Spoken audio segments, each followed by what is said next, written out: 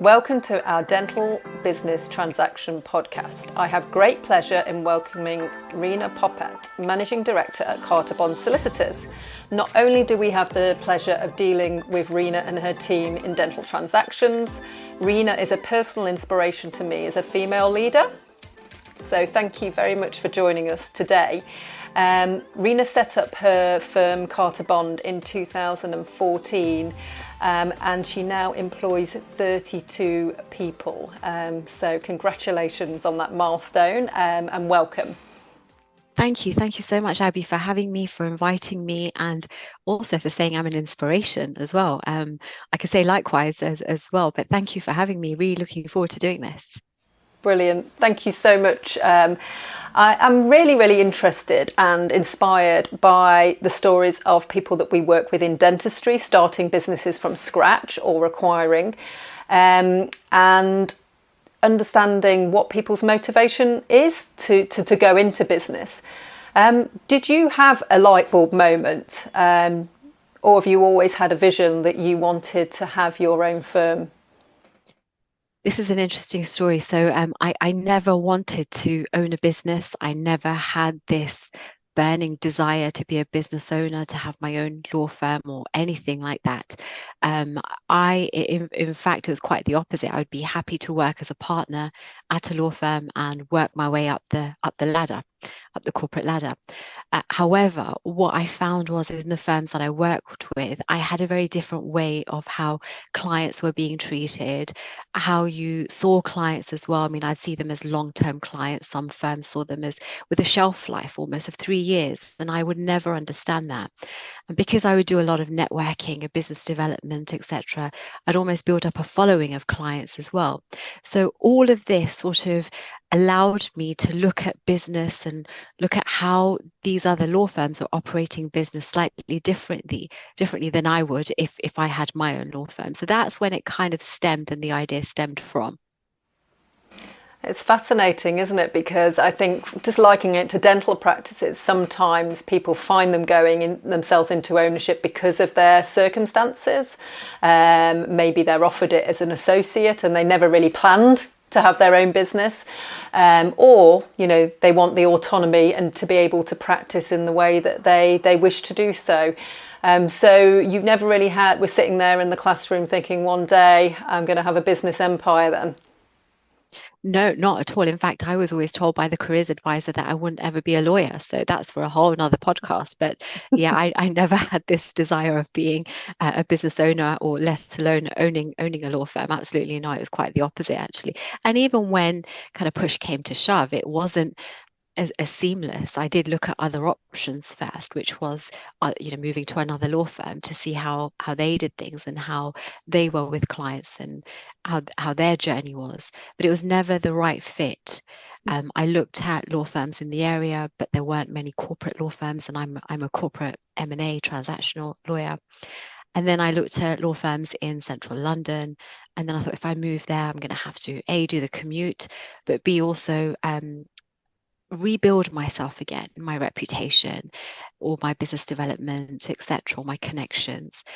And then I actually went for an interview in-house at Debenhams. And I thought I could do this, easy life. I could be a commercial in-house lawyer. And I just thought, I'm going to get bored. This is not for me. I could do this at any time in my career. Now is probably not the right time. So the default option was do it yourself. If I think that I can do things slightly differently, either as a leader or a business owner or as a lawyer as well, then put your money where your mouth is and do it yourself. And then that's what I did. Fabulous. So when you set out on that journey in 2014, did you have a vision of what your business would look like? I did, and actually as part of the Solicitors Regulation Authority, the SRA, we had to get authorised and regulated, or I had to get authorised and regulated. And to do that, I had to put in various policies and procedures in place, and one of them was the business plan. So I had to say to the SRA, please, can I be authorised and regulated, and here's my business plan. And the plan looked like this. It set out how I'm going to get clients and what I'm going to do to get them.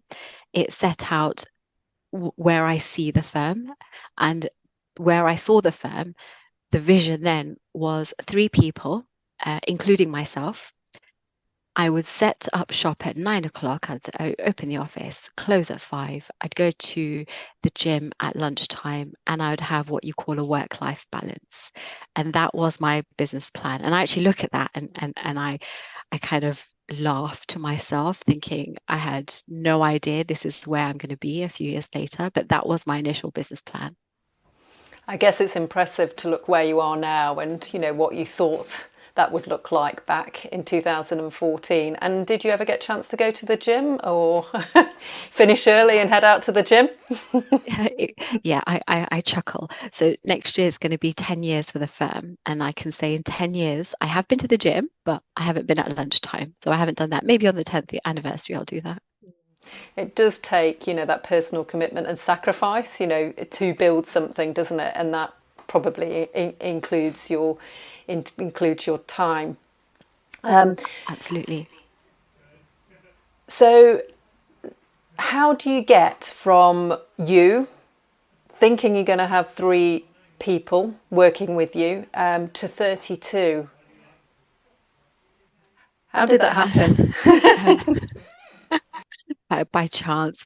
Well, the reason why I set up the law firm was I wanted to do things differently. I had learnt along the ways how other law firms have done it where I've worked at, and I picked up what was working well, what was good, but also things that I wouldn't do, culture, client service, all these kind of things, being agile, embracing change like LinkedIn and social media and things, which a lot of the other firms didn't do, maybe because it was new, maybe because they felt like they didn't need to.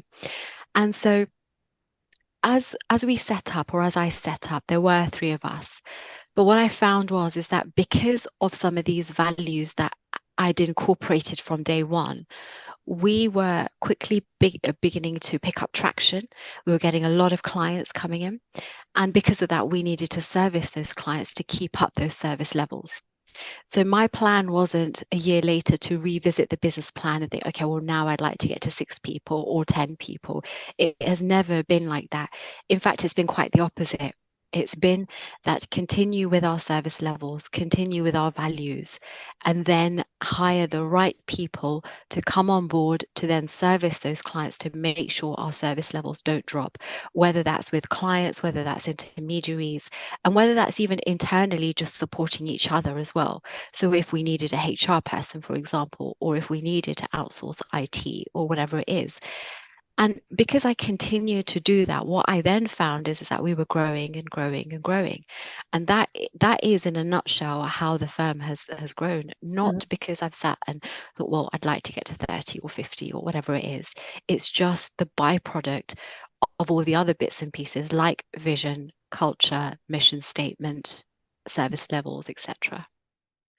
That's fascinating because I often say it to my colleagues and within our leadership team.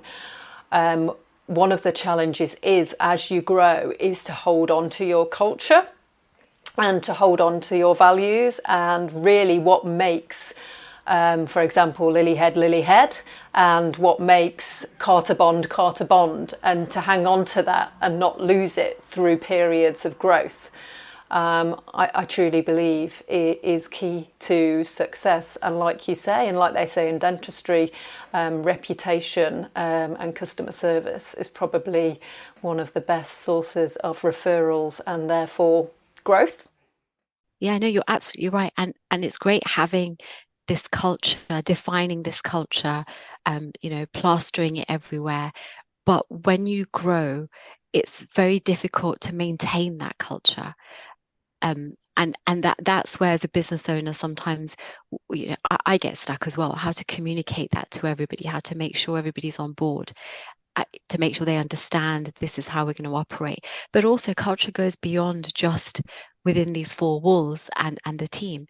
It's then how we hire or take on clients, how we work with other professionals, how we work with other intermediaries, how we're perceived as well.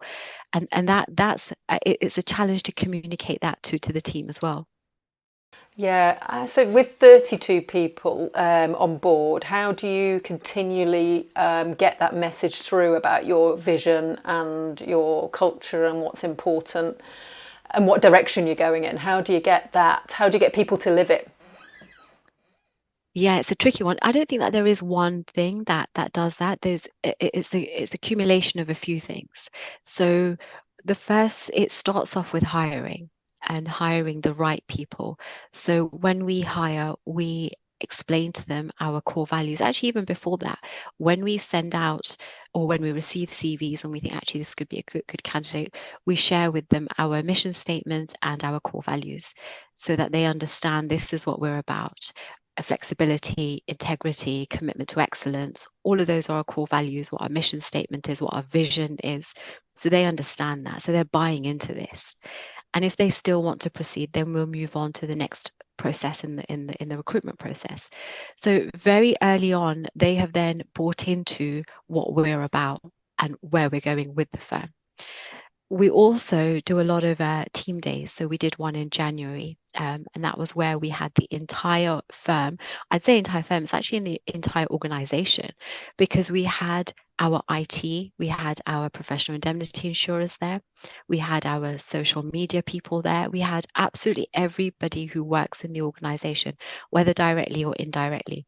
And that's when we communicated to them the whole journey of Carter Bond, where it started, where it is now, and where it's going.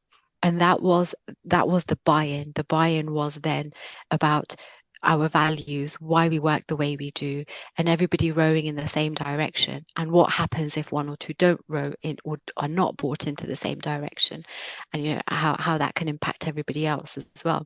And that was really important to do, and we will be doing that more often actually. And what I found is that when you communicate that, everybody knows, everybody's then hopefully rowing in the right direction. And those who aren't or don't necessarily agree with your core values, that's absolutely fine as well. Not everybody is, but then it's not the right fit for them, and it may not be the right fit for you. So it works both ways. And also what we do is we reward on behavior, on core values as well. So something like I think it's £50 or £100 each month, Amazon vouchers. And the team nominate someone. So the last person who was nominated would then nominate someone for next month who they thought exhibited and showed one or more of the firm's core values and why they're nominating them. So we have that as well. We also have very clearly on our intranet what the core values are in the office. We have a big poster about core values. We're always explaining to everybody that everything is built on our core values, mission statement, and our vision. So that's in a nutshell how we try and communicate it to the team. So really, you're attracting the right people from the outset, and retaining the right people, and sort of hiring and rewarding on the basis of what's important to you and the company.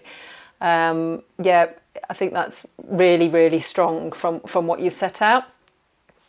So something I'm curious about, you sort of said that you didn't set out on this journey to set up a business of 32 people all rowing in the same direction, hopefully. But do you think, we deal with all sorts of people in dental business ownership. Do you think that the entrepreneurial skills involved to sort of grow a vision, to realise a vision, is innate, or do you think it can be learnt? That's an interesting question. So I come from a family of entrepreneurs stroke business owners, a mixture of them. And I've always, whether consciously, subconsciously, picked up some of these skills. So my dad has a shop, and from a young age I would be in the shop and I would see how he would sell and etc. So I'd pick up some of these skills without actually realizing. It's only later on that I realized I had these skills, but I wasn't born with them. I was just lucky enough to be around these people from a young age to be able to pick this up. But I mean, Richard Branson wasn't just born being Richard Branson and with all these skills.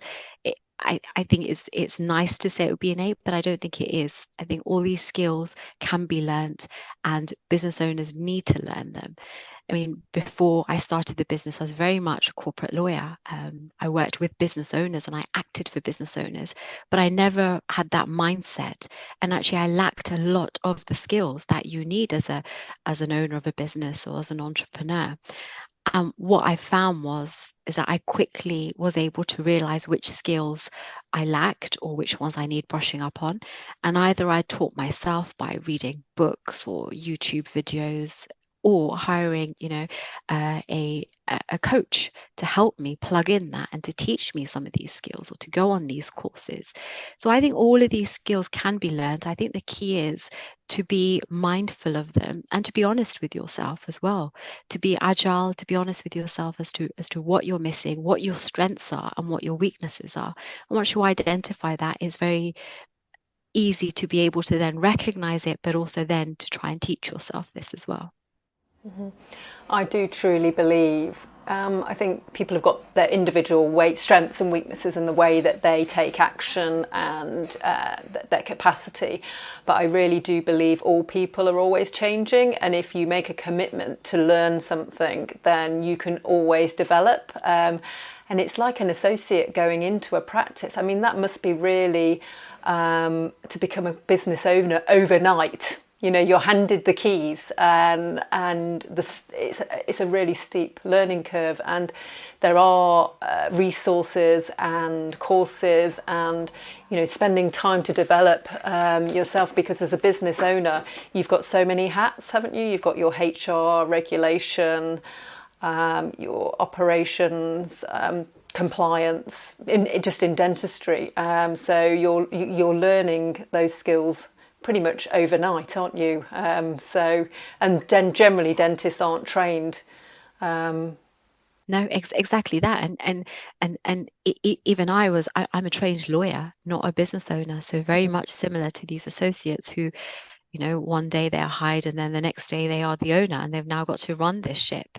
And it is the key is to be agile and to adapt. And I think over time, you do that more and more often, and you're always going to be posed with problems and issues. And the bigger your organization, the bigger your business grows, you're going to have more and more of those. But what changes is you and how resilient you become to this, and the ability to then adapt more quickly. In the past, when I'd set up the business and something would happen, I'd take days to decide something, sometimes weeks. I'd speak to people, what shall I do? And now it's very much like, right, we're going to do this. If it doesn't work, we'll change strategy and we'll try something else. So you're right, with business owners, you are thrown into the deep end, but the key is to adapt and to be agile. And the interesting thing earlier, as you said, it's grown through reputation, through client referral, because you've attracted clients to you from the way that you operate and what your mission is. But I would say, just in response to that, it probably doesn't happen by accident. It takes commitment to make that happen, to stick to your core values, to stick to your vision. And bring people on board and help them to become part of that. So if you were going to look back and talk to yourself sort of 8 years ago, when you set up, and you were to give yourself 3 nuggets of advice, what would you say to yourself? Oh gosh, there's so much I'd say to myself. If I could go back and tell myself things or change things, there would be so many. But I think the 3 biggest ones probably, um, the first one would be to just go on your gut feeling. We're all business owners are on this journey, and a lot of the times we know some of the answers, but we don't listen to ourselves, and we look at the rule book, but there is no rule book, unfortunately.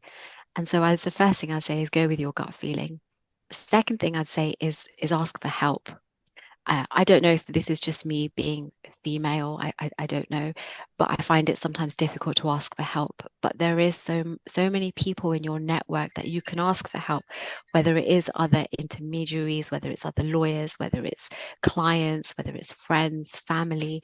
There's always somebody who has done this before. You're not going to be the first person, and you're not going to be the last person. So that's the second thing I'd say is ask for help. And the third I'd probably say is be agile and adapt quickly. The quicker you do that, the quicker you're going to learn and the quicker you're going to move on from it. And if you don't move forward, you're moving backwards, essentially. So the third thing I'd say is to be agile and adapt quickly. Fabulous. Well, I just hope that, you've helped me in my network when I've got, queries and want to sort of run something by you, just from a sort of strategy point of view in business. And, I hope that we can do the same for you. I think it's incredibly important to develop that network and feel that no question is a stupid question. As you say, people have experienced and have tools and that you can apply in your business that actually apply across sectors, because you're a law firm, obviously we're a broker, I'm working with dentists, and it really is underpinned by the same principles, even if the sector's different. Absolutely, absolutely. I mean, take away the sector, we're all in this together, it's still a business. So Yeah. we all have the very, very similar challenges and problems that we face. So absolutely, yeah. So we've just touched on really vision today, and what it takes to take something from an idea to a growing business. So I really appreciate your insights. I knew a small amount of your journey, but had no idea of how it was conceived and how you've kept that momentum going to achieve what it is today. So thank you for sharing that with me, and I hope that we can continue to inspire each other in the future. Absolutely. Thank you so much, Abby, for having me. Thank you to the team there as well. And thank you for being an inspiration and also being in my support network as well. I'm sure I've called you a few times and asked for help as well. So thank you as well. Thank you so much for joining us. Bye-bye.